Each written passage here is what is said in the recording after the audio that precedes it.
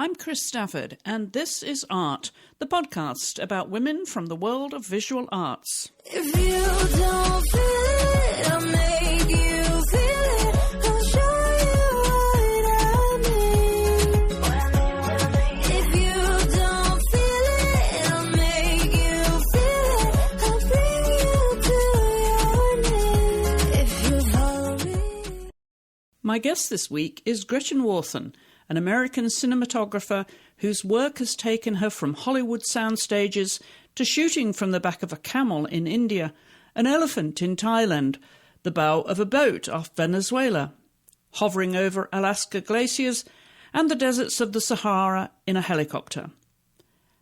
Gretchen was born in Idaho, the only child of parents Catherine Warthen, a retired horticulturalist, and Brian Warthen, who, after a lifetime of struggle, found his true success in graphic arts. As a child, Gretchen was a tough girl in school with a rebellious nature. After high school, she headed to Boise State University, where she gained a bachelor's in communications, before moving to Washington State, where she went back to school at the Evergreen State College for a bachelor's in liberal arts. It was at Boise State that she began taking an interest in filmmaking and undertook projects that showed her natural talent for the art, which led her to pursue a career in the industry. By then, Gretchen had a plan to be a camera operator, and she steered her course, starting in wardrobe, through set design and props, until she was on the set where she wanted to be. Her youthful defiance and determination paid off, and led her to success across genres. Gretchen has worked as the director of photography for the Emmy-nominated Netflix documentary series Circus of Books, the Epic International OWN documentary series Operation Change, the Emmy Award-winning NBC series Starting Over, the Showtime documentary series The Real L Word, and the award-winning documentary feature East LA Interchange. She has also DP'd two award-winning narrative feature films, Sharon Gless's Hannah Free and Jamie and Jesse Are Not Together. Gretchen has also been a camera operator on popular Emmy award-winning primetime reality programming, including Project Runway, The Apprentice, and America's Next Top Model. Her narrative credits also include FX's Mayans MC, Fox's Call Me Cat, and Fox's Welcome to Flatch. Gretchen has also been a camera operator on the popular live comedy specials including Netflix's Dave Chappelle Age of Spin and Hannah Gadsby Douglas. When she's not working, Gretchen's passion is collecting Vespa scooters and driving fast cars. She lives in LA with her partner, documentary director and unscripted reality co-executive producer Natalie Watts. Gretchen, hi. Welcome to the podcast. Well, hi, Chris. Thank you for having me.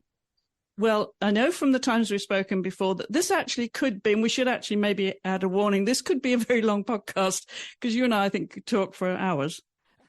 Hilarious. Yeah, it could be. You're very easy to talk to. So yeah, it could be longer than normal. I know you've been listening to the show too. You know what you let yourself in for.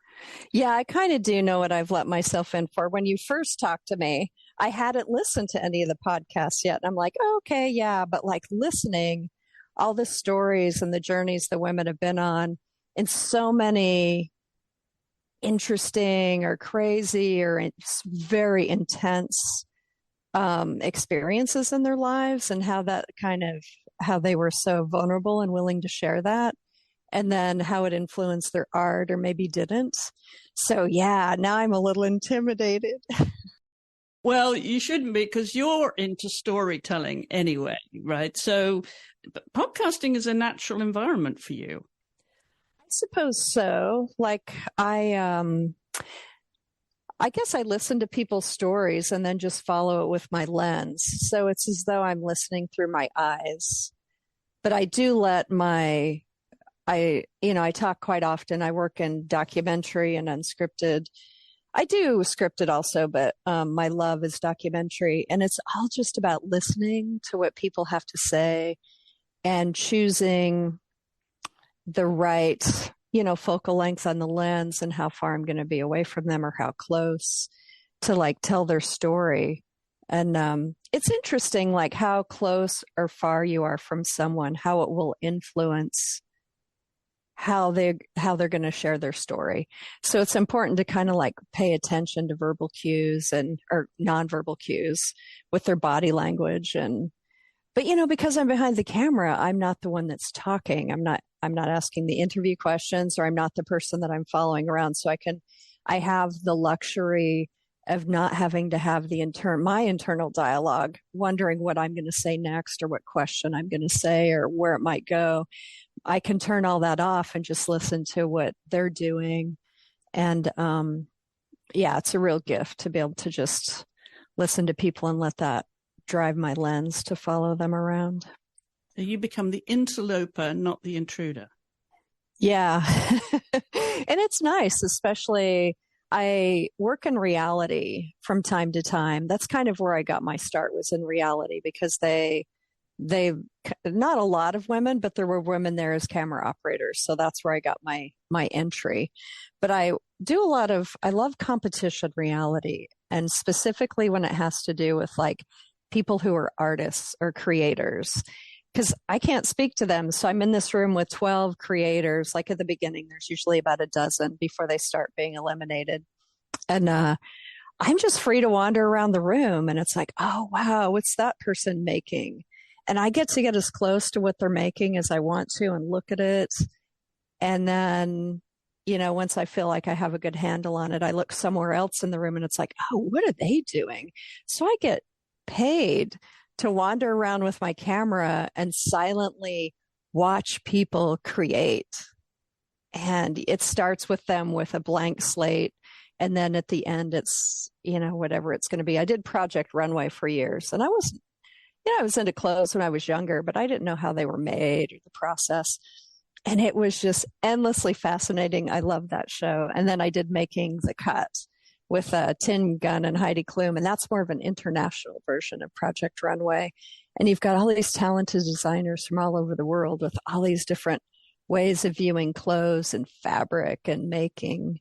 And I just love it. It never gets old. I just love it. Because you began your career in wardrobe, didn't you? You moved around the closet and then to set design and made your way to hang around with the camera operators, and you knew where your pathway was intended. So like any industry, right? We really have to just get in there at the start and do anything, because if that's where you get the experience, which helps you when you eventually reach your goal, right? Yeah.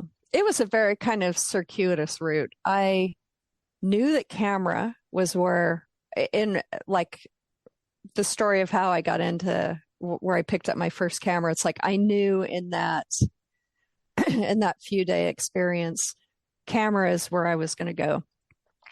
But getting there is hard, because it's the sexy job, the camera operator. Like everybody looks to them as like the one that runs the set sometimes, the director and the camera operator. And so it's very competitive to get into. And it was, when I started, it was all guys. And I knew I needed to be on set. So I was like, I need to come up with a plan. And so the first job I got was in wardrobe. And I was a shopper, and I would go, it was very low budget. So we would go to thrift stores, and it wasn't really a period piece, but the people all needed to look like they didn't have great clothes. So we went to thrift stores where, you can find clothes that look like people have worn them a few times. And so, dressed all these people, and we had guns on that set. And I talked to the AD about weapons handling and all that good stuff. And so even though I was doing wardrobe, I was looking at everybody on set and talking to the camera department and getting information from them and tips and tricks. And I made my intention known on any set that I was on, where I was going. And then that job led to me getting a prop job on X-Files as a prop assistant. And one of the things that helped me was talking to that weapons handler on that indie short, because once I was in the props department on X-Files, that's they handle all the weapons.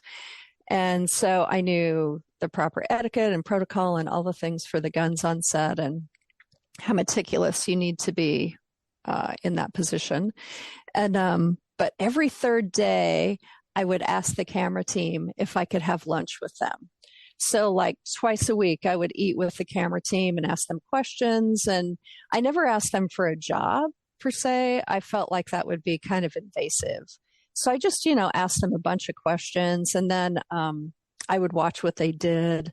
And so it was like, okay, this is good. And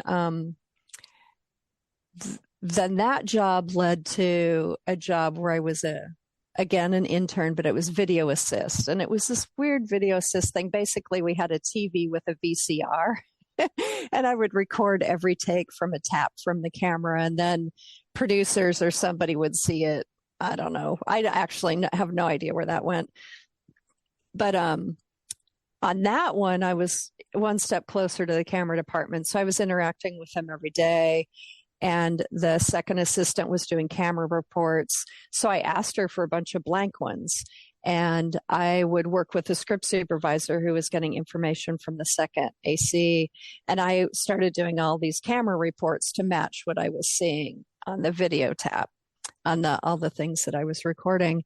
And so I started to learn about lenses and filters and proper coverage, because I never went to film school. Like I just, for me, it was the school of trial and error. I knew somehow in my heart, camera is what I wanted to do, but I didn't know all the technical things behind camera operating. I just knew that when I put a camera on my shoulder and I'm in the eyepiece, I'm lost. It's like I'm transported somewhere else. It's an even bigger experience for me than sitting in a movie theater and watching something on the big screen, which is amazing because you're lost in it. And then, but to have a feeling that's even more intense, being lost in an eyepiece that's only like 1 inch by 1 inch is kind of interesting. But so I learned a lot on that series, and then that got me a job as a second assistant, again for free. And I was working at Kinko's this whole time, and doing side hustles. I had a space at an antique mall, anything to pay the rent, but working on a lot of these indie projects for free.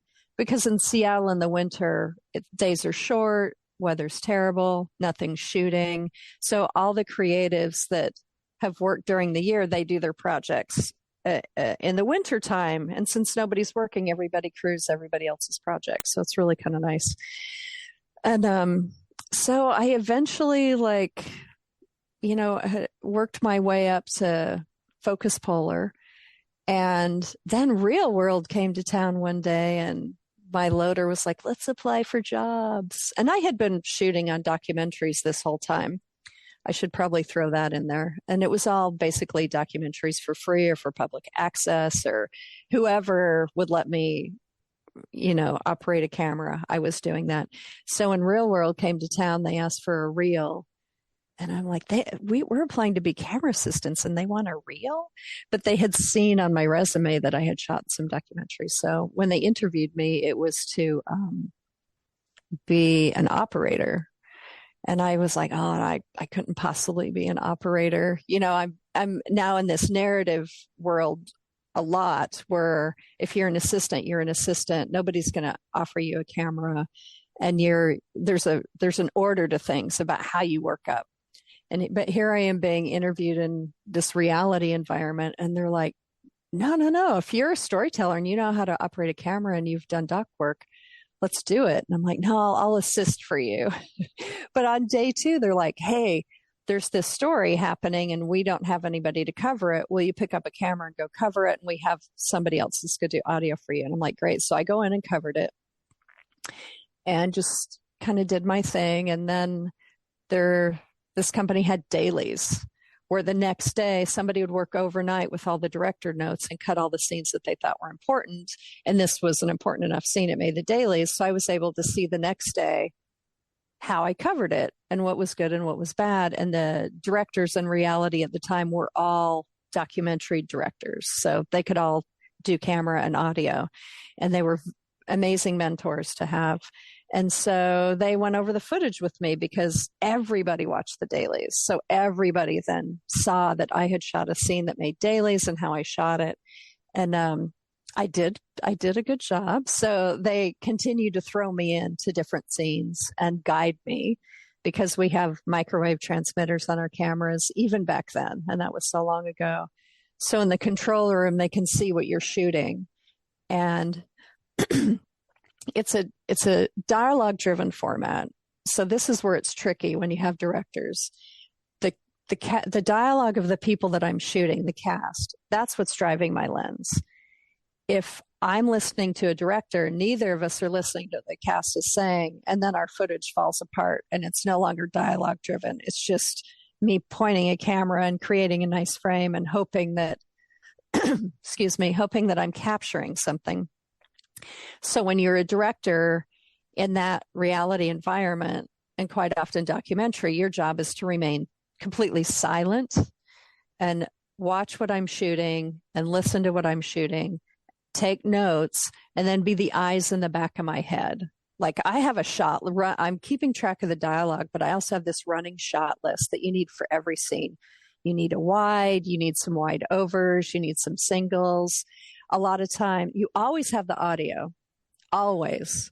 So people are very forgiving if you're not pointing at who's talking. Because some people are like, oh, you just point at who's talking. Isn't that what it's about? It's like, well, actually, the reactions are never heard. They're only seen. So quite often the reactions are more important than the dialogue. So I'm making all those choices as an operator. When I'm going to show the person talking, when I'm going to go for reactions. And I'm trying to keep track of all the shots that I have, my shot list, but the director who's also quietly watching what I'm shooting will start saying, and people tend to repeat things 3 times if they're really passionate about it. So on the second pass, it's like, okay, we have this, you got good coverage on it. Give me some wides, give me this, give me that, things that they've noticed I haven't been able to get. So they're kind of the eyes in the back of my head. And they may also be listening to microphones of people that are not in the location where I'm shooting, like if it's a house, maybe I'm in the living room and they're listening to people in another room talking about what's going on in the living room. And I'm not privy to that, but the director is. So they'll tell me, you've got what we need, go to the bedroom. So my audio mixer will turn up the audio of what's going on in the bedroom. Or if I have a good audio mixer, they will listen. And they will find something and tune up audio of people that are not in the room. And I look at them and trust my audio mixer because they're also looking for story or elements that are going to tell the story. And they'll silently point, and then we go to wherever room this like complementary conversation is happening that kind of flushes out the bigger story. So it's kind of this interesting, very quiet way of filmmaking and when I first started on Real World, we were not allowed to speak in front of the cast on walkie. Any question the director had, they would ask in a way that we could click on our walkie. 1 click for yes, 2 clicks for no. Like, did they really just say XYZ? And we could say yes or no, because sometimes the director would get confused about what we were shooting. And there were they call them stash boxes with fresh batteries and fresh tapes. It's back when we shot on beta throughout the house. And I would change my batteries and my tapes in the house. ACs were not allowed to come in. And the director would wait until where the stash box was clear and there were no cast near that space. And then an AC would sneak in and take the shot tapes and dead batteries and replace it with fresh. And then they would leave. So it was just me and my mixer. And we never spoke to each other. We were not allowed to speak in front of the cast. And we just had like little cues. Usually the mixer would do something with my audio to draw my attention somewhere or to have me look at them, and then they could point. And sometimes my mixer would just quietly say into the mic, go to so-and-so, because they're watching everything unfold and they're not distracted with camera choices. They're just listening. And once all the mics are good and their boom is where it needs to be, they start watching everybody. And you can tell when somebody's about to speak. Somebody may be silent for a whole half hour. So I just kind of stop thinking to look at them with my lens. But my audio mixer will know when people start to fidget, they're about to talk. And then they will give me a cue to pan to that person. And quite often, then that person starts talking. So it's just this interesting, very silent relationship that everybody has. And we try to be fly on the wall. But they're very well aware that I'm there because I'm moving to different angles and different shots. But how close or how far I am gets me kind of off their radar. And sometimes if somebody's having a very personal, revealing moment, I won't have the camera pointed at them. I'll come behind them. So I'm not even in their peripheral vision. So they are given the opportunity to kind of forget that I exist. And then they can become more vulnerable or connect more with the person that they're talking to. And that is another good example of there are reasons why you don't need to always be pointing at who's talking. Sometimes psychologically, people need a break and not to see the camera. And that gives them a moment to breathe and then to share even more. And there's this hilarious thing where it's like, it's an intense scene. And there are a few things that people want to say, but they haven't said. And it's like, you feel like they start repeating. So you're like, I'm going to get a wide shot. So I walk away to get the wide shot. And because I have created distance between myself and who I'm shooting, they are able to take a breath and then maybe say the thing we've been waiting for 2 hours of solid shooting for them to finally get around to, but they do it when I'm in a wide shot. And you know what? That is okay because we have the audio, which is key. It's all audio driven. And, I have a wide shot. And then of course we probably have a lot of reaction shots from earlier that we can put over it. But, in getting a wide shot, I have an earpiece that's connected to the camera. So I hear everything the cast says, even when they whisper. And when I'm on a wide shot and they say that line I've been waiting for, part of me is like, but the other part of me is like, great, we finally have it. And we have it because I gave them space. So I'll let them talk for maybe 30 more seconds. And then I'll slowly move back in so that they are able to. Because if I run back in, it kind of ruins everything because they're like, oh, what I've said was important. Here they are again. So I need to appear as though I'm just getting some wide shots and it's not really that big a deal to take the pressure off of them so that they can talk more about it. So it's very, as an operator, I need to be so keyed in to the shot list that I'm shooting, the dialogue that's driving me, the nonverbal of the people. Have I given them space, the proper amount of space? And also being completely quiet. If I breathe in deeply and out because I'm having back pain, they might perceive it as I'm bored and I'm taking in a deep breath. And so I have to be silent, keep my energy tight. I wear muted colors so that I don't so I can blend into the background. Quite often I'll try and match the environment, like in my color scheme when I get ready in the morning.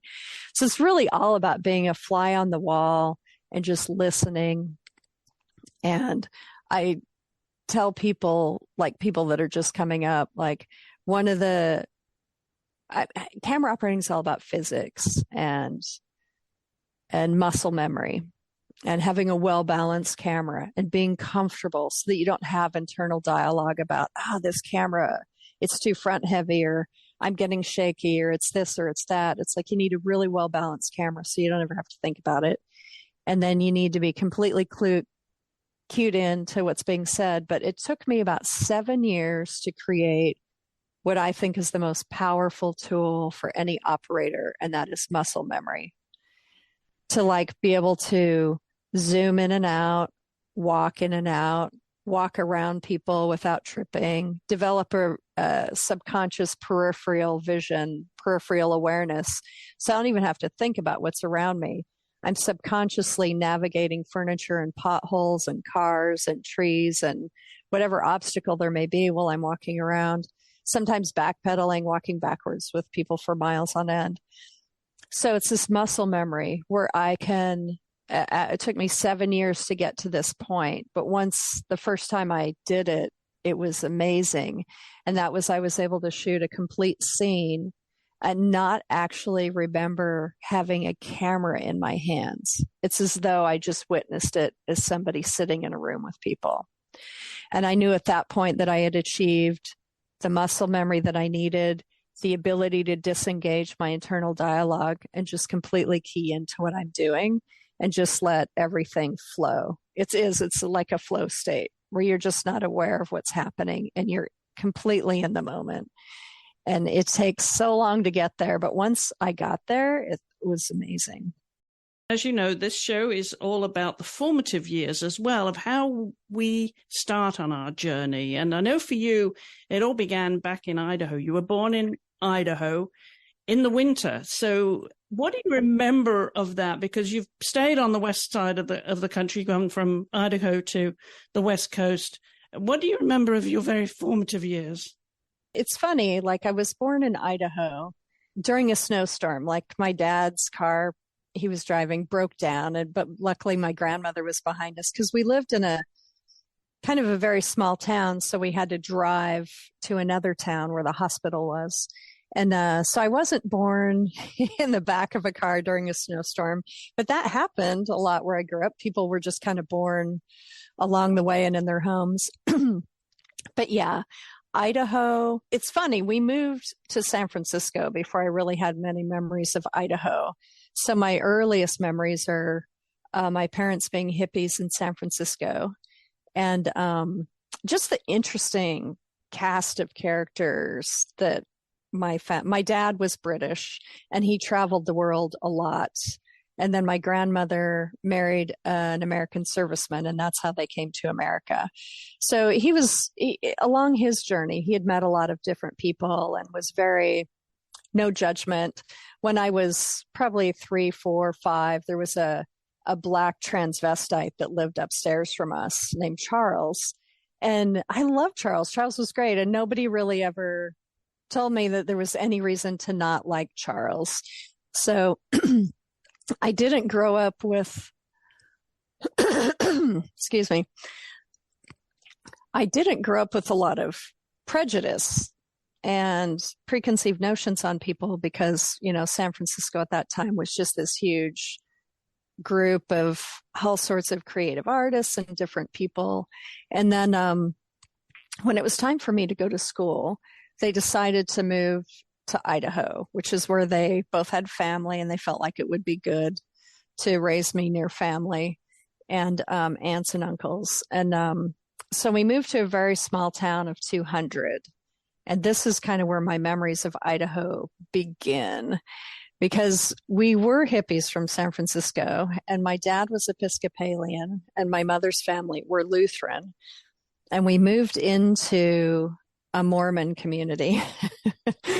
And so they had a city council meeting, and the topic of conversation was how to get us out of town.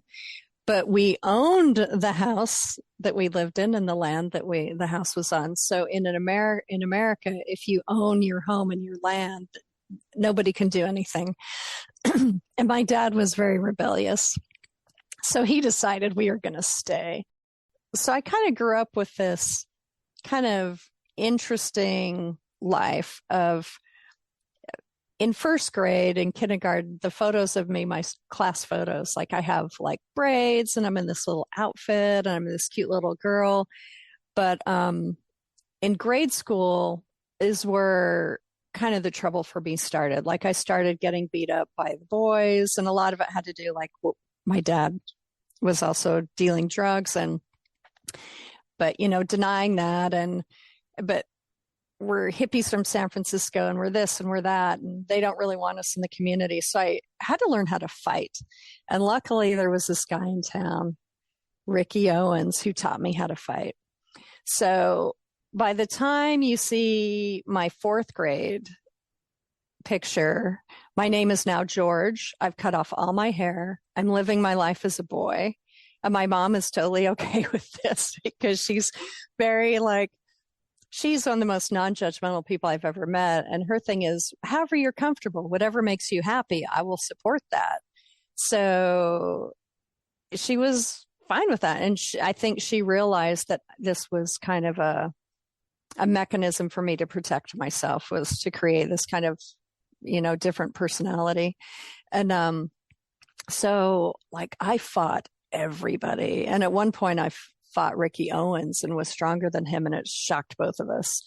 But that particular time in my life, that grade school era, is like the biggest memories for me, because it wasn't like, yeah, some of the girls were fighting with me, beating me up, but it was the boys. And I look back on that now and I see like a lot of male aggression to like gay boys and different things. And I'm like, wow, like I became so competitive with the boys, but I think it's because like I really had a problem with it. Somebody who was so macho, and to prove how manly they were, they would beat up a girl, or they would beat up a boy that they thought was gay. And I'm like, that's not manhood. That's ridiculous. Did you get in trouble for the fighting in school? Well, it's interesting. Usually the boys were a little, if I got the best of them, didn't really want everybody to know about it. But there were a few times where I did get in trouble. But they were strange. Like there was a time on the playground, we had a snowball fight. And I had the snowball, I was going to throw it at this guy. And he was like, do it, and I'm going to tell on you. And I was just like, So I just threw it to the ground right by my foot. And he was like, she threw that snowball at me. And I'm like, no, I didn't. You said you were going to tell on me. So it became this big thing. Told the teacher I threw the snowball at him. And then getting paddled and swatted at school was like completely acceptable where I went to school and at the time I went to school. But how they would do it with girls is you would turn your back to the class, bend over, grab your ankles, and then they would paddle you. And it was just like, I was so humiliated and so angry. Which school was this? Oh, it was the elementary school in the town I grew up in. It was like a 2-room schoolhouse because it was such a small town. And it was a different time. It was a different time, I'll tell you. What was the name of the town? The name of the town was Albion. And it has an interesting backstory in itself. Like in the 1800s, there was a abandoned college campus there by the time I got there. But in the 1800s, it was this big multi-building college campus with like a gymnasium with an indoor running track, a huge theater with a balcony, boys' dorm, girls' dorm, teachers' dorm, chemistry building, just huge. And it was just left abandoned. But the Oregon Trail used to come through there. The Pony Express came through there. It was like the hub of activity in the 1800s. And then it kind of slowly dwindled and people all moved away. And then when my family moved there to this quiet mountain town of 200 that they thought would be so serene and idyllic. And for me, it turned out to be like very kind of violent and anger causing. So it was a small town that had, I don't know, an interesting history to get where it was at. And a lot of, it was farmers and people who grew up and, living hard lives, and the winters there are hard. And, it was not a rich community. We were on the poor side, but we never really realized that we were poor. And I never really felt like we were poor because nobody really had money. But everybody, it was just these incidences with like at school. And I know a lot of that comes from the parents, but the parents were all pretty nice to me. Oh, yeah, getting in trouble. So that one time with Travis. And then sometimes people would call my mom and be like, your daughter, Gretchen, blah, blah, blah. My mom's answer was always, I'm sure they deserved it. And she would hang up on them. Like she's always been my supporter. She has always been in my corner. You were the only child, right? So it's not like you had an older brother to stand up for you. But you didn't need it by the sounds of things. You were totally No. self-sufficient. I have this image of you in very rural, small town Idaho, riding your pony to school. Did you ride?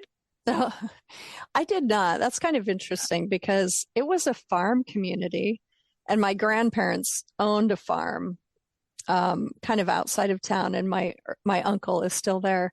But my dad had absolutely no interest in farming, no interest in pretty much manual labor of any kind. I don't think I ever saw him in shorts. He was always like, he was not interested in farming. And I will say we did have a little Shetland pony for me for a small time, but it would always bug me off and rub me into the fence. And I never really took to that pony, but my grandfather had a horse called Daisy, and he would have me out and we'd ride Daisy around. And then Daisy had a foal that he called Flower. So it was Daisy and Flower. And so I'd ride Flower and he'd ride Daisy, and we'd, ride around the farm. And I love that, Daisy and Flower. I could see you being a stunt artist as well, Gretchen.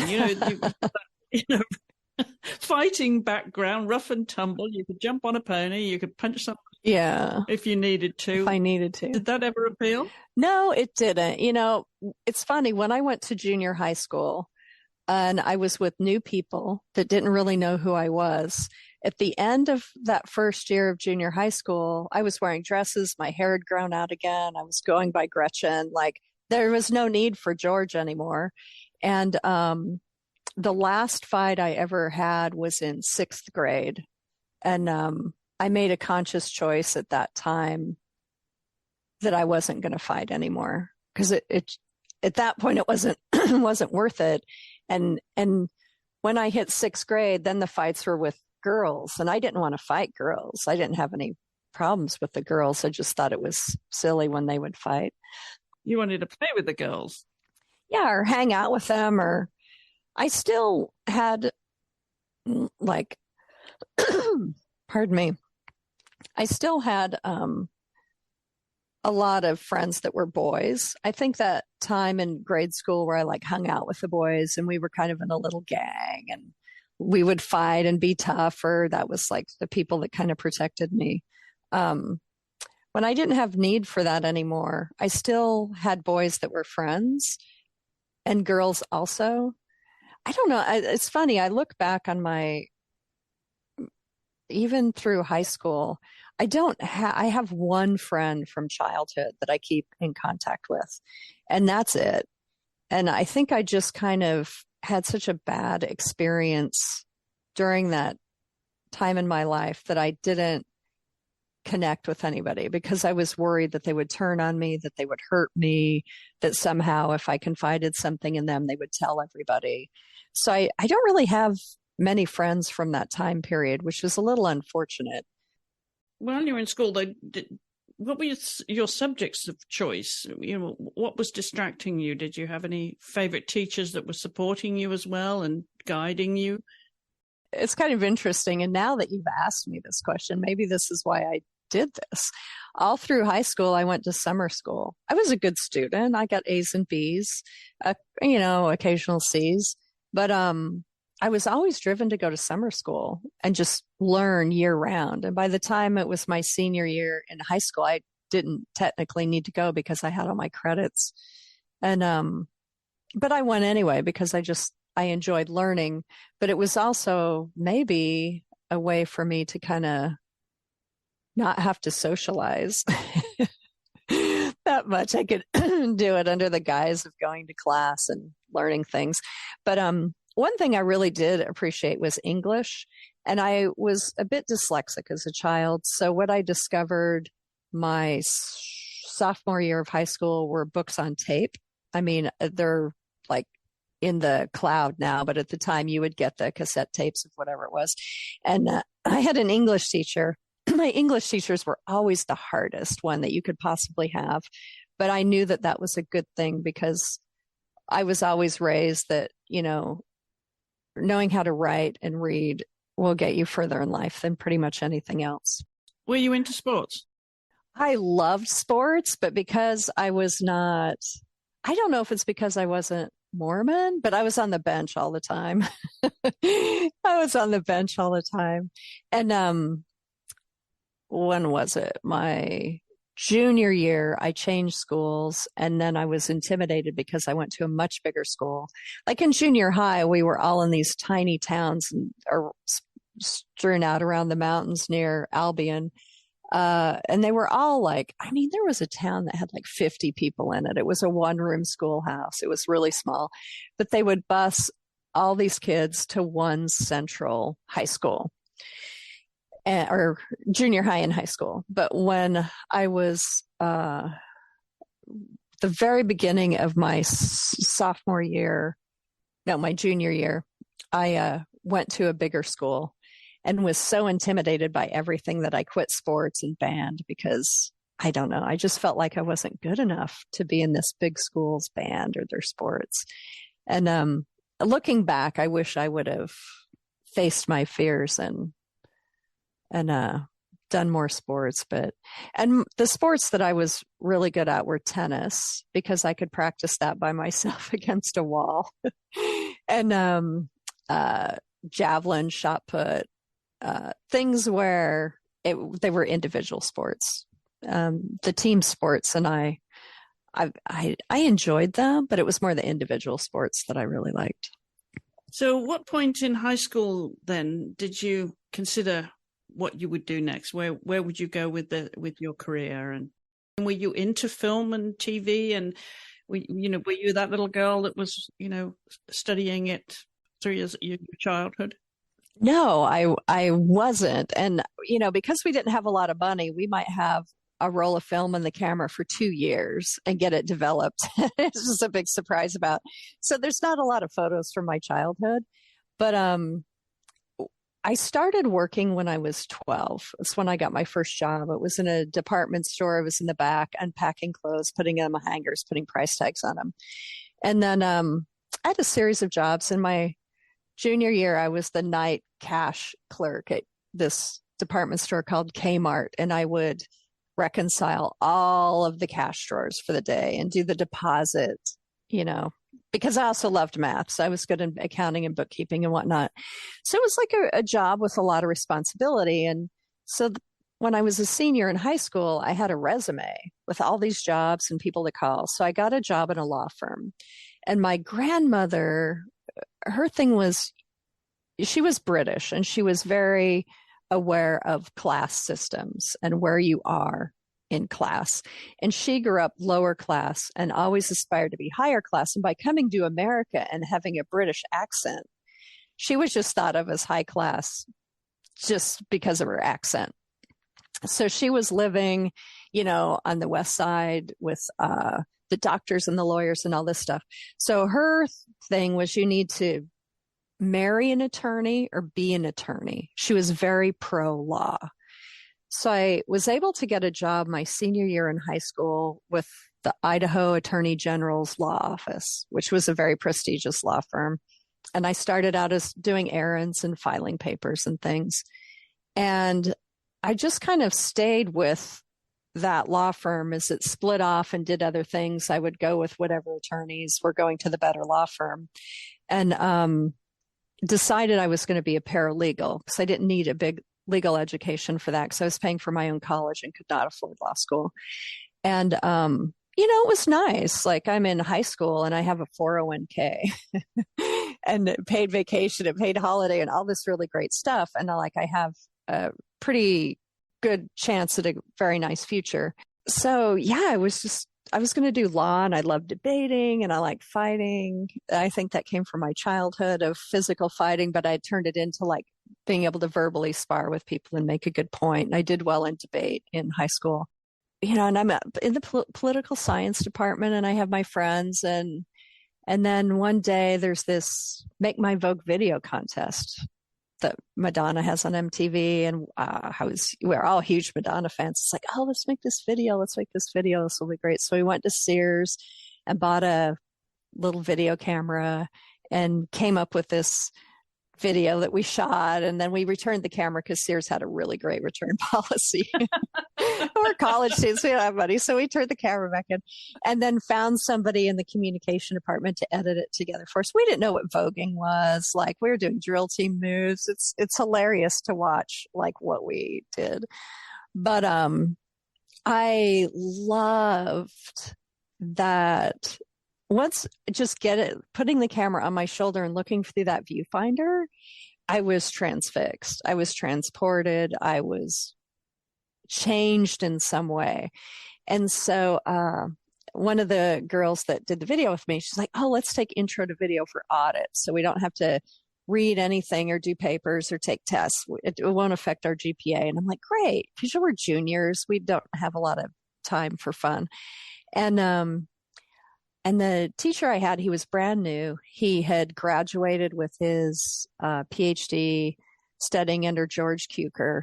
And he was showing us all of these crazy films and experimental stuff and was just encouraging us to do whatever we wanted. So I was, just playing and having fun and doing what I wanted because it didn't matter because it wasn't for credit. I could do where my interest was taking me on that particular assignment.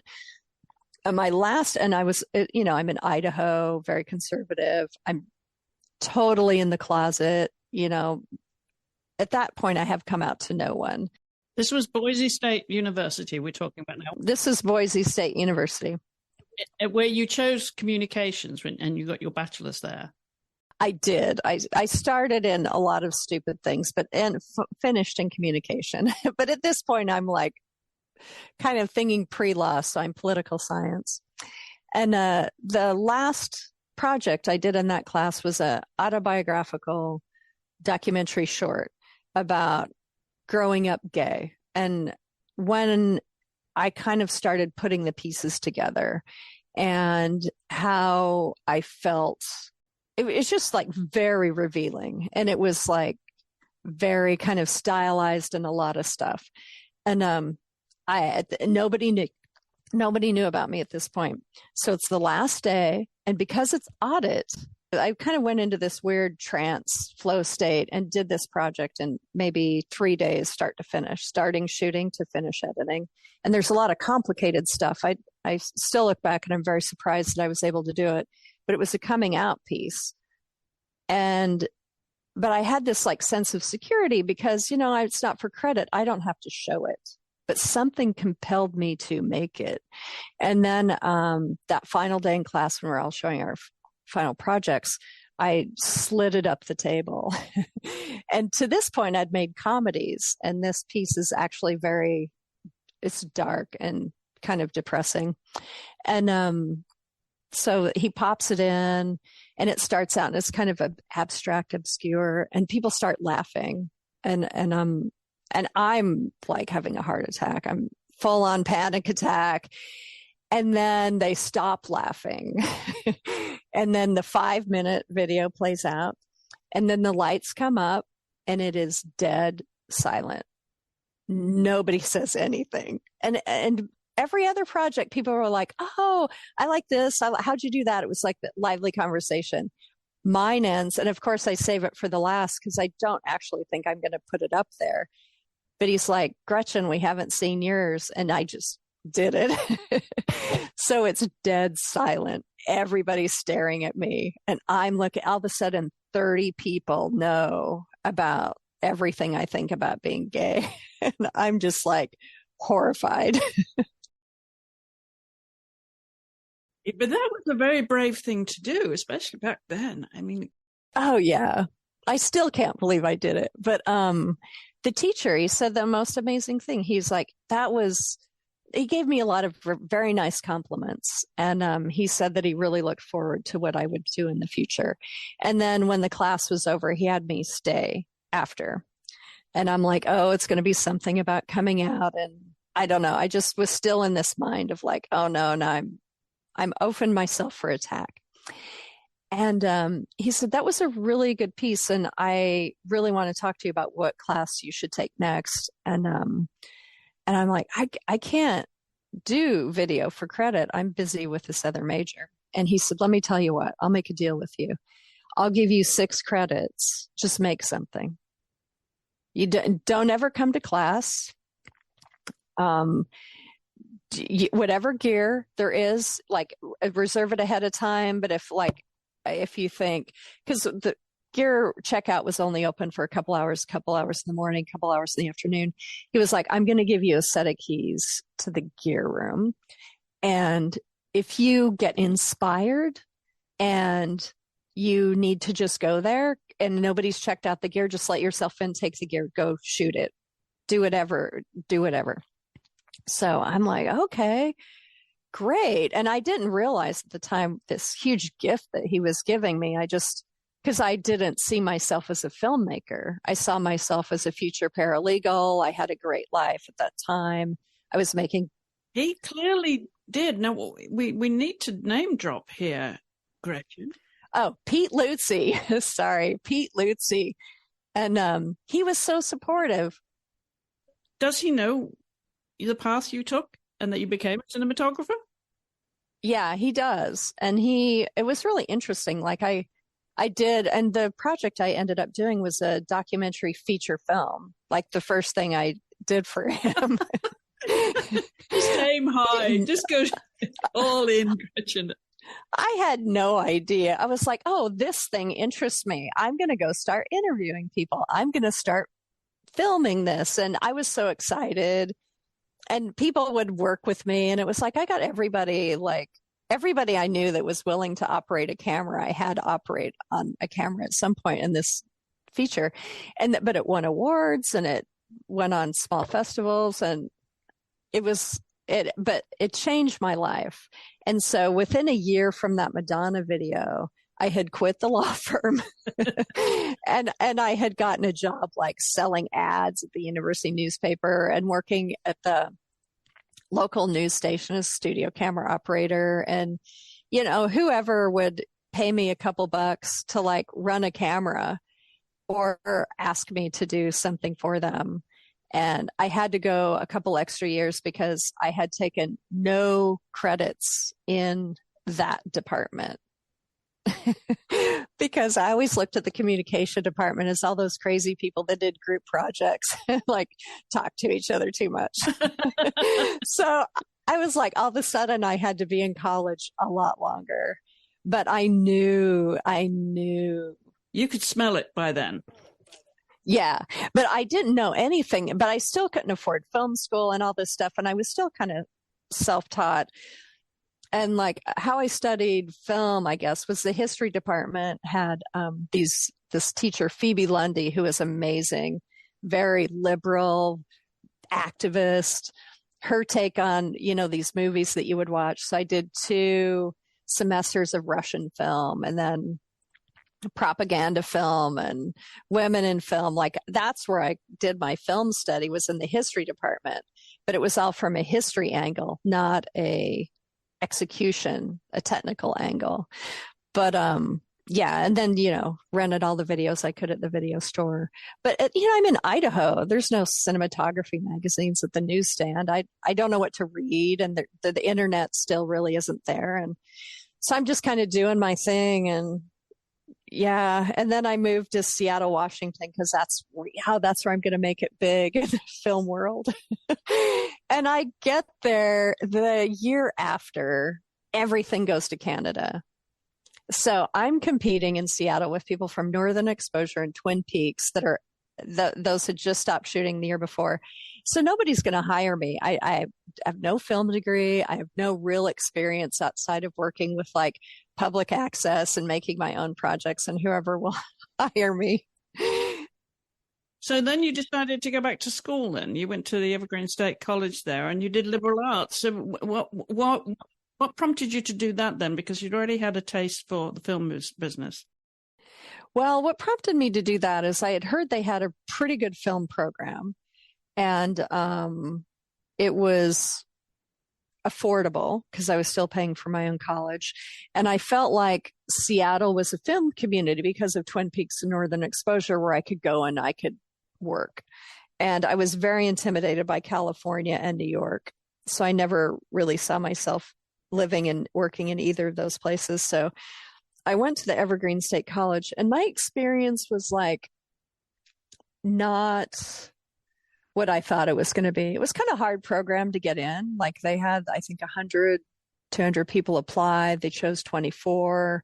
I had to write what my senior project was going to be before they accepted me. So I needed to know what I was going to do for my last project before class even started. And it was interesting. It was kind of hands off. We didn't have tests.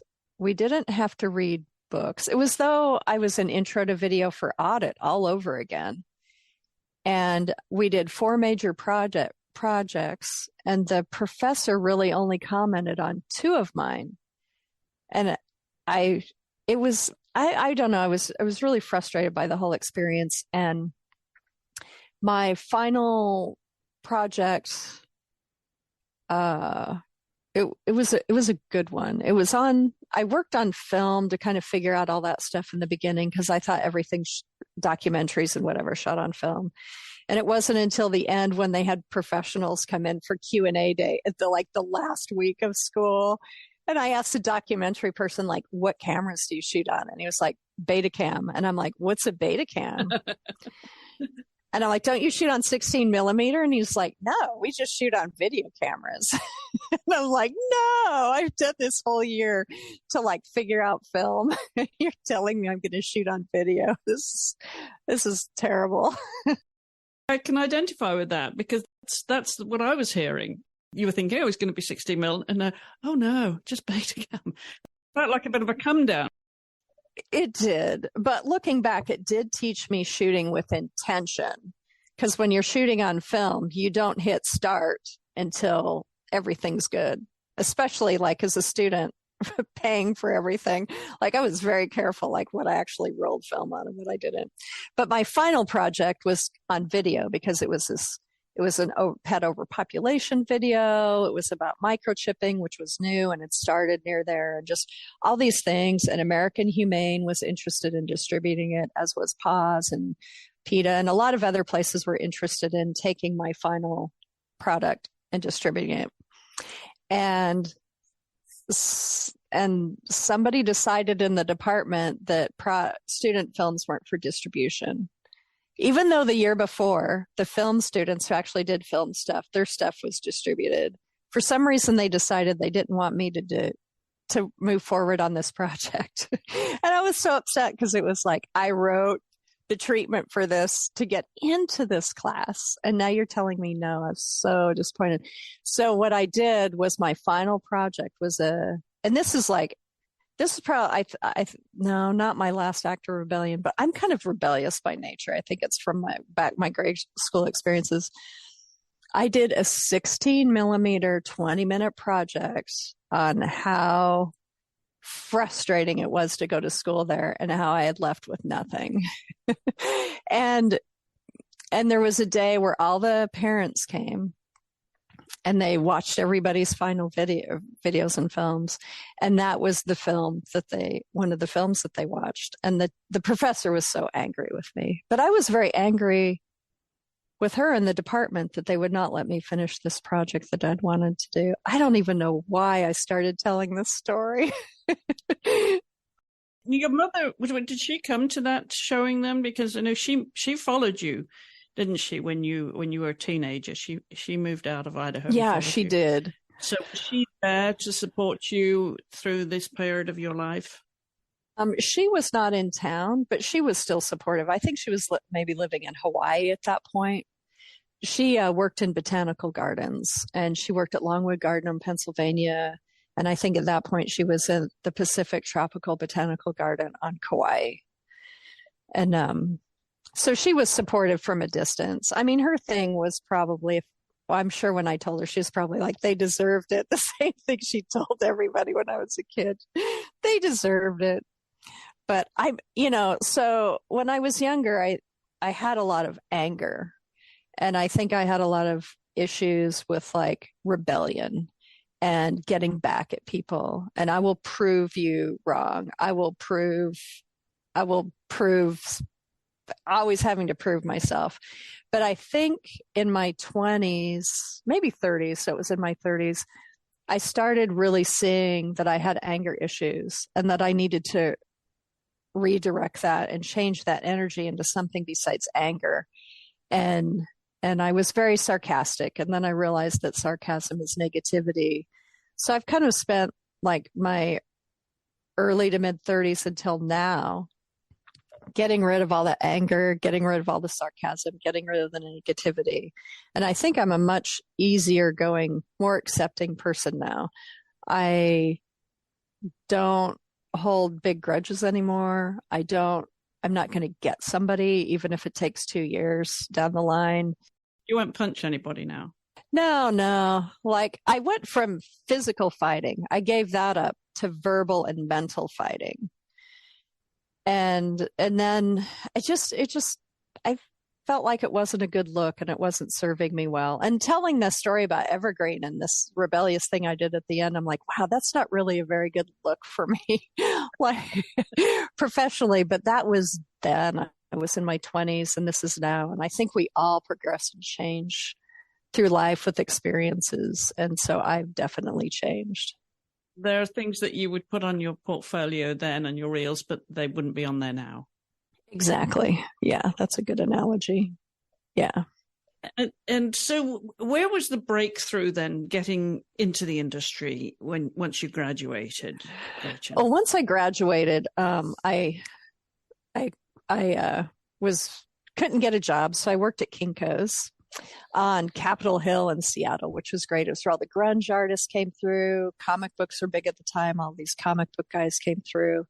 It was like the place, but I was not able to like really get any jobs there. I was applying in news, but they weren't hiring women in news because I had that newsroom experience for Boise, Idaho. But I found that I could get work at, it was Local Origin, which is similar to public access, but they have bigger budgets.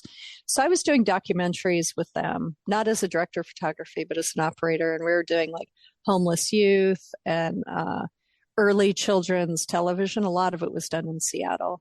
And so documentary on that. So I was working a lot with different documentary people, working on their documentaries. Who was the friend that gave you the lead? The friend that gave me the lead, her name's Wendy Jo Carlton. And later on in life, I ended up DPing her first 2 feature films, which was a great experience and very interesting for me. But yeah, I met Wendy Jo in Olympia, Washington. And that documentary feature film that I had made, I submitted in a film festival, and she was on the programming committee and she programmed it. And that's how I met her. And we've stayed friends. We're friends to this day, but she got me that first job like in the wardrobe department.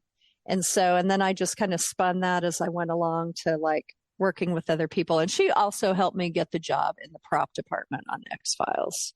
So when you were growing up though, I know you said you came from poorer background and really very rural, isolated, but were you going to the movies and were you seeing things on the screen? Was anything triggering you then, or really was it later when you, as you just explained, when you got to college? It was later. Where I grew up, to get to the movie theater, it was a good half-hour, 45-minute drive, and they were kind of selective on the movies they played. There were only 2 places to see movies, one screen a place, and it was a lot of it like. Very rarely were there R-rated movies. And so really the movies I watched were, my mom and I would be at home on weekends and they would have those like, the film festivals at night. So it was like Shirley Temple and Betty Davis, Doris Day, like all those old dames, black and white movies. That's where my love of movies was kind of started, was all of the like big epic Hollywood movies from the, what would that be, 30s, 40s, 50s? Yeah. Now, I know one of your other passions is Vespa scooters and cars. You're into 2 wheels and 4. Tell us about your hobby and how that came about, collecting Vespa scooters. Well, in high school, I bought a Honda Aero 80 when they first came out. And I love that scooter so much. And there were I would go to this kind of punk rock club with my friends and dance. And there were all these guys there with Vespas. And I just thought they were so cool. And So eventually I bought a Vespa. But the thing about this Vespa is that it didn't run. It took me 3 years to finally get somebody that could actually rebuild it so that it ran. But when I first moved to Seattle, because I didn't have any money and I was not getting jobs. I wasn't getting any work. So I sold my car and this Vespa was running at that time. So I just scootered around on a Vespa. And if I really needed to get to a set location that required a car, I would borrow a friend's car. I had a friend that rode their bike everywhere and didn't use their car very often. So I would borrow their car to get to set. But I drove scooters only. My first scooter was a 61 Vespa. And then, I have this 63 Grand Sport it's my favorite. And the Grand Sport I used to ship around with me when I actually started getting jobs. Like wherever I worked, I would ship it. And that would be the vehicle that I had on location to get around. And then eventually when I came to Los Angeles, which is a very car town, I made it 2.5 years before I finally broke down and bought a car. And I would, again, if I had locations I really should have a car to get to, I would, rent a car for a month because you can get a really good deal. And there was some place near my house. And the cars, I mean, they look like cars that belonged to people that didn't take good care of their cars. They were all like smelly and beat up, but they were cheap. So I would rent cars, and that's how I got to set. And then one day I'd finally saved up enough money and I got this job for, I think, 2 months that I was going to need a car. And I'm like, I'm just going to go buy a car. And I had set my sight on this little blue Miata. They didn't make a lot of them, so I wasn't sure I'd be able to find it. And I got online and there it was, like right outside of Los Angeles. So I bought that. And then another Miata. And now I have one of the new Fiat Spiders. I have the blue one that they only made 124 of, but I love it. It's absolutely wonderful. And it's funny. It's like Italian Fiat styling on a Mazda Miata. Like they collaborated. So it has all the reliability of the Miatas that I had, but it looks good. So that's what I have now. And it's everywhere I go, like these guys, I was like, every time I stop and I'm parked in it, like guys come up and talk to me about it. It's so funny. So are you the DP that has car envy or still lens envy, or both? I don't know. That's a good question. I wish I had more lenses. Lenses are the thing to buy. People, when they ask me if I'm going to buy gear, what camera should I buy? And I'm like, don't buy a camera, buy lenses. Because they're timeless. Like Panavision has lenses that, they used on major movies in the 60s, 70s, and 80s that you can go rent for your movie now. And they just take good care of them. But the cameras that you're going to use at Panavision now are completely different than they used to be. So lenses last forever. Cameras just last until the next fad. And the car? What's the dream car for you? Well, I would love a 19 mid-50s Mercedes SL convertible. That's my dream car. Gretchen, let's fast forward to today then, and what life looks like for you now, because the strike is still on, and that's really disrupting the industry for all of you. Mm-hmm. Yeah, it is. And they're not even negotiating as we record. So what does life actually look like for Gretchen Warthen at the moment? Well, I'm pretty fortunate in that 10 years ago, I circled back to narrative. And so I started splitting my time between narrative and unscripted. And then I started doing live performance, like comedy performances, like Dave Chappelle and Kevin Hart, and documentary. I still do as much documentary as I can.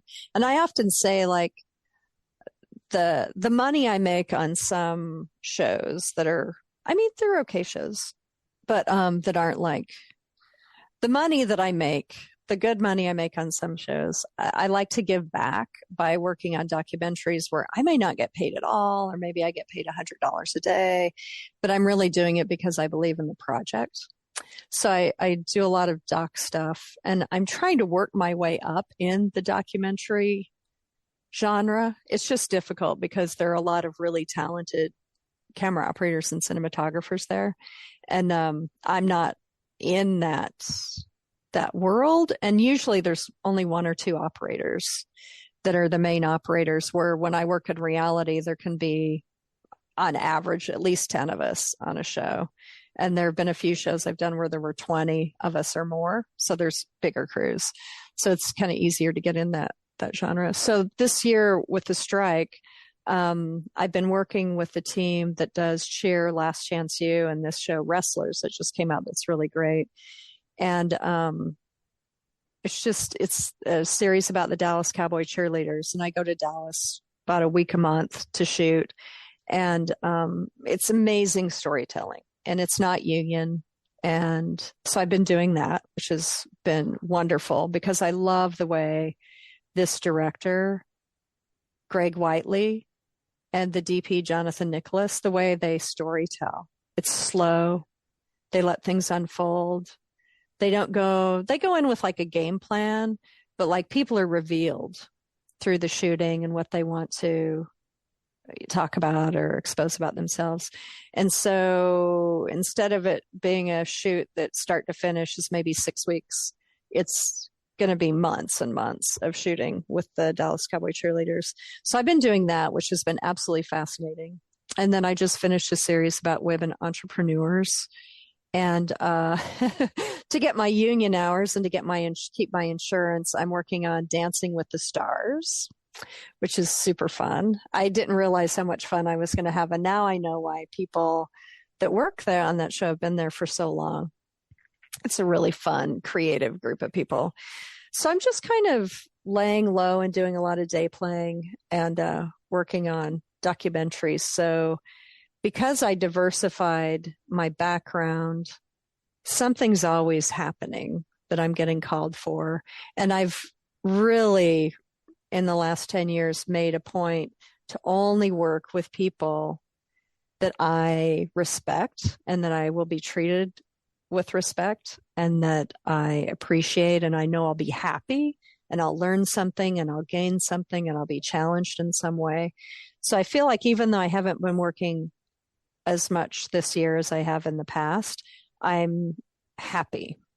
I'm happy with the pace. I'm making enough money to pay my bills. I haven't really added anything to savings this year, which I'm a big kind of prepare for retirement person, but I'm okay. And so I'm very thankful and very happy, and I'm doing good stuff, and I'm still moving forward, and everything is okay. So I feel like I'm doing pretty good. You won't need to work at Kinko's again anytime soon. No, but man, if you need something done that involves a photocopy machine, I can help you out. I'm going to ask you, because it's one of the things that's on the table for discussion when they do coming back to negotiations. What are your thoughts on AI? Well, AI is kind of interesting. I kind of heard about chatbots last spring, and I was really overwhelmed with a lot of work in the spring. It was before the strike happened, and I'm in the Society of Camera Operators, and we had this big event coming up, and I needed to write literature for it, and I was just struggling describing some stuff, and somebody's like, "Oh, just put it in chat box," and I'm like, "I'm not gonna use AI." And they're like, "No, just put it in there, just see what it says, just like do like a stream of consciousness paragraph, put it in there, tell it to edit it, clean it up a little bit." And I'm like, okay. So I put it in, and what comes out is like, oh, that's exactly what I'm trying to say. And I'm like, oh no. So and then I worked on a project with a DP who the client wanted a storyboard. And so what they did is they used a type of AI that will do things visually for you. And there were 5 actresses that we were shooting. And so she described the scene, what she wanted, how she wanted it lit, who all the actors were going to be. And it created a still that looks almost exactly like what we ended up shooting. And it just created it from her description. And those 2 moments in time for me make me realize the impact that AI is going to have. And I have friends that for fun are like, oh, we did fan fiction and had it write an episode of a show for us that we think is actually better than what was written. And so there's so much corner cutting and cost cutting involved with television. And I think it's because like there's certain people on the board of directors and shareholders that they need money. And I feel like the less money that is spent in the creation, the more money that can be given to people that aren't involved in the creative process. So those 2 examples for me, and AI is in early days, let me know that we're in for it. You know, AI is definitely going to impact writers, because I was able to have it just edit what I had written for me. So even if people are still writing, you could run it through Chatbox to edit it for you. And editors are actual people that have jobs, and they've spent their whole life being able to take somebody's ideas and craft them into nice, understandable paragraphs.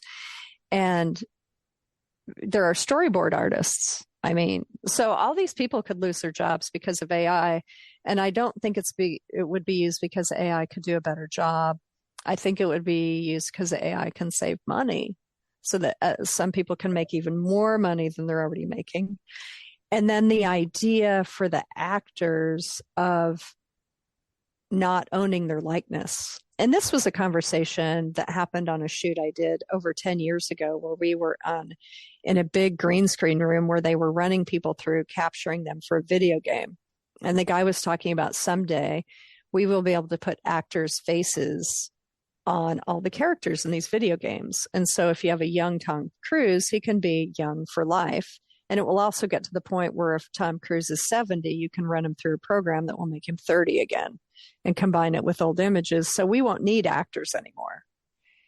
And fast forward to now, and it's especially for backgrounds, and I'll do plate shots when I work in narrative, where we take 20 to 100 people and sit them in stadium seats, and then shoot out the stadium, and then place these people here and there around the stadium, and then fill in so it looks like a full stadium, but you've really only used 20 to maybe 100 actors that are only making like $100 a day to go do this. And so I can completely see and the deals that people sign, especially when they're just starting out as actors, really are not in their favor, and they sign away a lot of their rights. I can see complete libraries being generated of people's images that are just used in backgrounds of movies, but those people only making $80, and then that's it.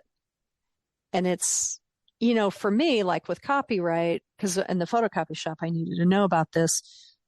I can't just photocopy photos for people that are copywritten. That belongs to the creator.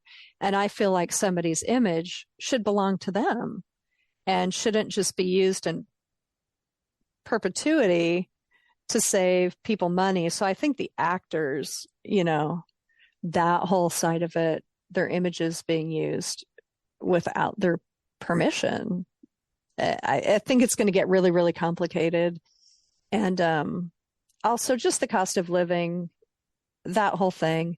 But then there's also the battle between traditional networks and streamers.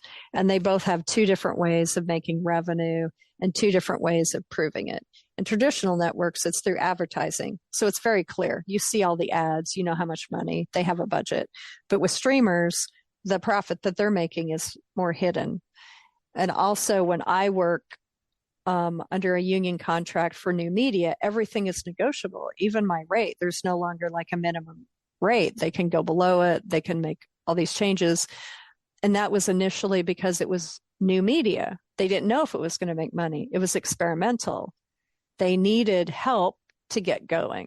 Well, they don't need help anymore. Now they control so much that they don't need that assistance. And I feel like when I work on a new media show that's going to make millions and millions of dollars, and the per budget cost is $2 or $3 million per episode, I should make as much money as I'm making working on another show that is for a network that's $2 or $3 million an episode. But that doesn't, it's not working that way. New media pays less because they're still covered by these old deals that were made to give them a leg up in the beginning. Your partner, Natalie Watts, she's also a director and producer, so you're both impacted by all of this. And while the landscape is changing for women, the industry is evolving too. Yeah, it is. And this year's kind of an interesting, there's a lot of play outside of the strike and AI. It's, all the mergers that have happened, and a lot of places have given up their unscripted departments. And unscripted departments quite often are not union, so they could continue to shoot, but they're not shooting. It's this weird slowdown all over, even areas that are not impacted by the strike, like a lot of reality and documentary shows. Usually there's a huge boom in reality when there's a big strike, and that hasn't happened this year.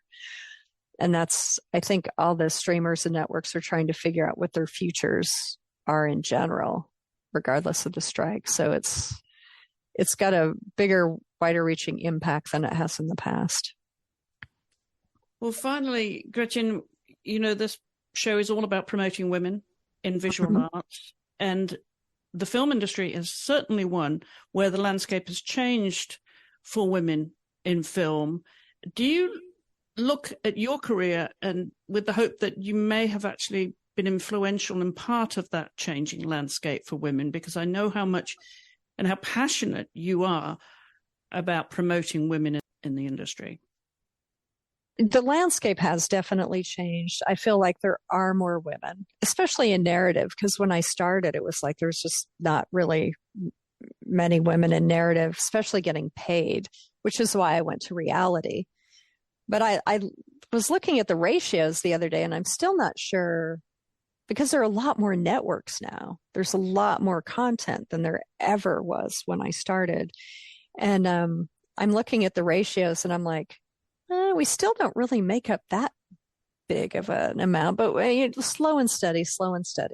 And I do feel like that we are getting somewhere. And one thing I think is kind of interesting with us getting somewhere is there's this notion that's kind of circulating right now that women and minorities are getting all the jobs. And because of Me Too and then the big push for inclusivity, that women especially now have opportunities that they've never had before. And I feel like that's not quite the case. And I still am quite often the only woman operator, even with multiple cameras. And I'll still have men on those jobs tell me, oh, it's so much easier for you now to get work as a woman. And I'm like, I have to point out to them, how many other women are operators here? And they're like, well, there's you. And I'm like, yeah, and I'm not new. Like, I've been around. I've been doing this for 25 years. And it used to be when I came on set as a woman, if people hadn't really worked with a woman operator before, the idea was like, wow, you must be really good for them to have hired you. But now I am no longer kind of given respect because I have somehow managed to make it on set as a woman. Now there's this thing of you're only here because you're a woman. That's the reason you were hired. And now I have to prove my place on the set, where I never had to do that before. Like it was a totally different kind of proof. I had to prove, yeah, I'm going to prove I'm a woman and you think I'm going to be good. And so I have to live up to that. But now it's like, I'm a woman and I have to prove that I wasn't hired just because I was a woman. So now there's even more pressure on me to do a really great job just because of my gender, not because they hired me to be an operator. So there's the stress that I want to do a good job because I like I said earlier, I'm trying to work with people that I respect and I want to work for them more because I appreciate the content that they do and how they tell their stories and their ethics and their respect for crew and how people respect them. So I want to do a good job because I want to work for these people. But now there's the added thing of I also have to do a good job to prove to people I wasn't hired just because I was a woman, which I feel like kind of makes it even harder than it used to be. And then the pushback from the guys, and for some reason they feel like I'm going to be sympathetic about them not being able to get work. And I'm like, I still don't think that it's that much harder for you to get work. And if I'm getting offered this job because I am a woman, I'll take it, because I have been told to my face countless times that I'm not going to be hired because I'm a woman, or I don't have a family to support, or, just all the reasons why I haven't been hired because I'm a woman. And it's like, okay, I'll take it, but I can back it up. So it's this weird time right now of like women now having to prove ourselves all over again, but in a different way. It's not just them thinking we can't do it. It's them thinking we can't do it, and we took their job away from them on the way to set this morning. So it's kind of difficult. I know you've been a great champion for women in the industry. And finally, let's tell everybody how they can find you online, Gretchen, and on social media so they can follow you and see how you're supporting other women. Okay. Yeah, this is actually, something that I should have mentioned like 6 hours ago when we started talking. My Instagram is an Instagram called Lady Camera Guy. And I started it 5 years ago. And it kind of started out as a self-promotion because I worked with some women cinematographers that you need to have a page, you need to promote yourself, and this, that, and the other. So I started it as that.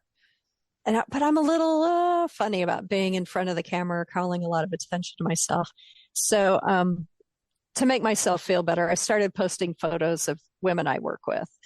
And then on Instagram, I started seeing other women that were operators. I'm like, oh, they're cool.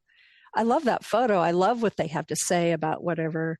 So I started following all these women and started reposting them also. And then it's just kind of turned into, I very seldom do I post about myself.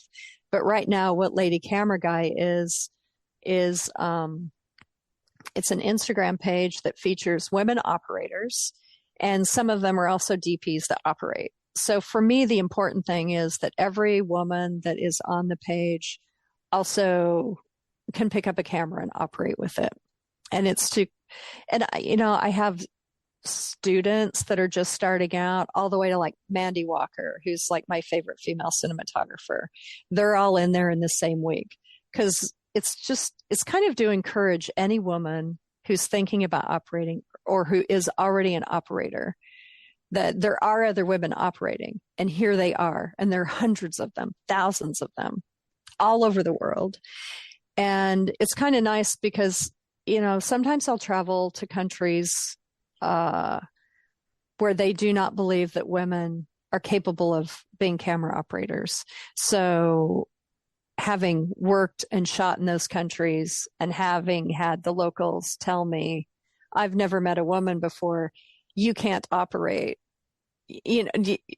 like to my face telling me I'm terrible at my job just because I'm a woman without ever seeing anything that I've shot. And they feel like they can tell me this. I don't know. The things that people have said to my face, that could be a whole Instagram page on its own.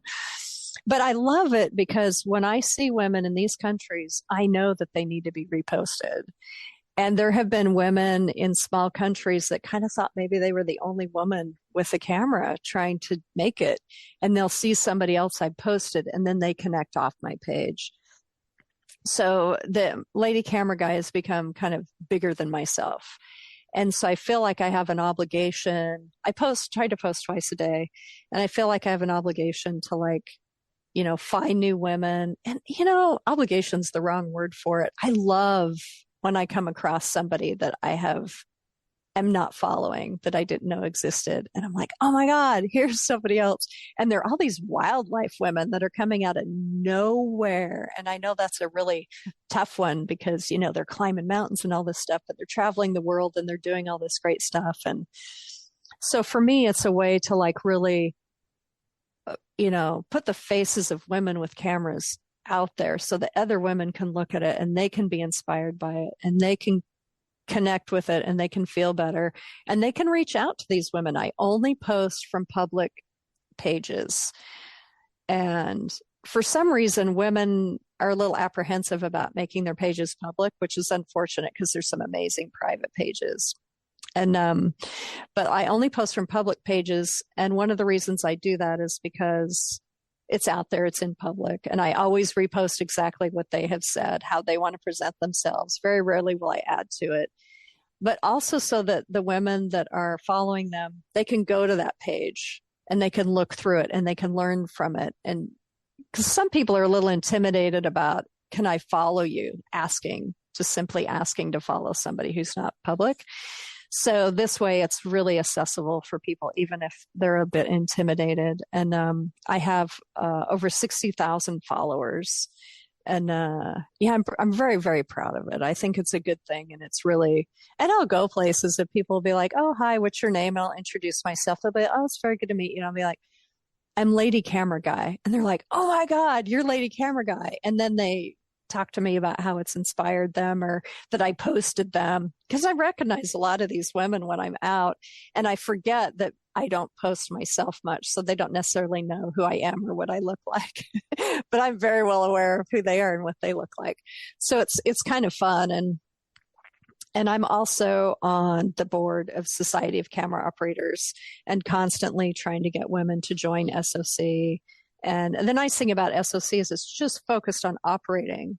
It's not about being a director of photography or cinematographer or a director. It's not about being an above the line force. It's about being the best operator that you can be and honing those skills and having pride in being an operator. Because in certain genres, there's not necessarily a pride in operating because everybody's like, but I DP, but I'm a DP. I just happen to be operating. But at Society of Camera Operators, like there's this guy, Jeff Haley, who's on our board, who's one of the nicest guys ever. And he's so great. He's in actors' deal memos that he is their A camera operator, regardless of who the director or the DP is. So it's like so much power and so much pride in the act of operating and how much influence an operator can bring to a set. And then it's not all about the director of photography, and that you should never be ashamed that you're not on a trajectory to be a DP, that you are perfectly content to operate, but that you can always be better.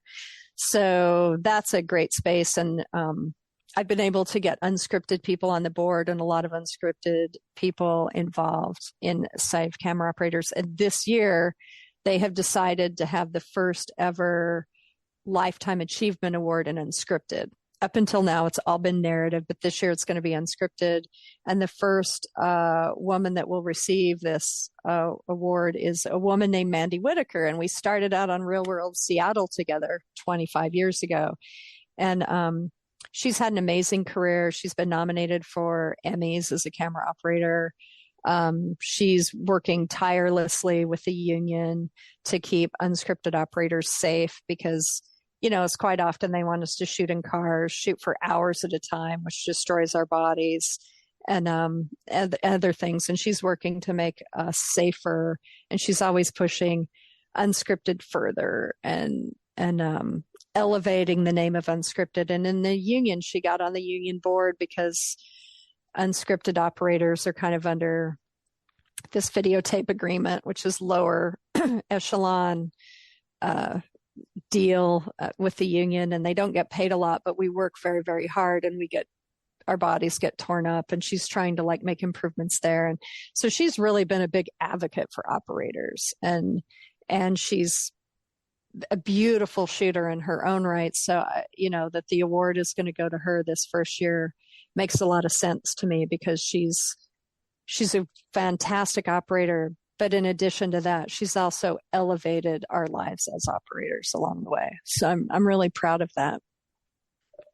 Well, Lady Camera Guy, I knew this would be fun. It certainly was. So thank you so much for coming on the show. Thank you for having me. I'm such a chatterbox. I just looked at the time and it's like, oh, I wrote this list in front of me. I will be focused. I will not wander. I will be to the point.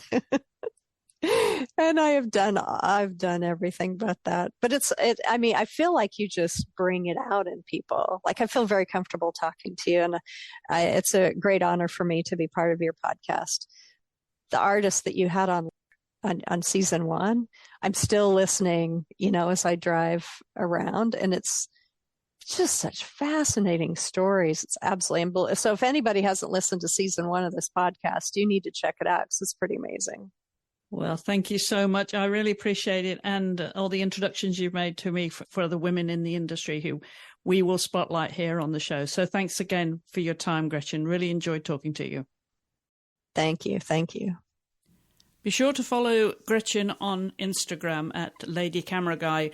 There'll be a link in the show notes accompanying this episode to her Instagram and also to her website where you'll find her current reel and portfolio.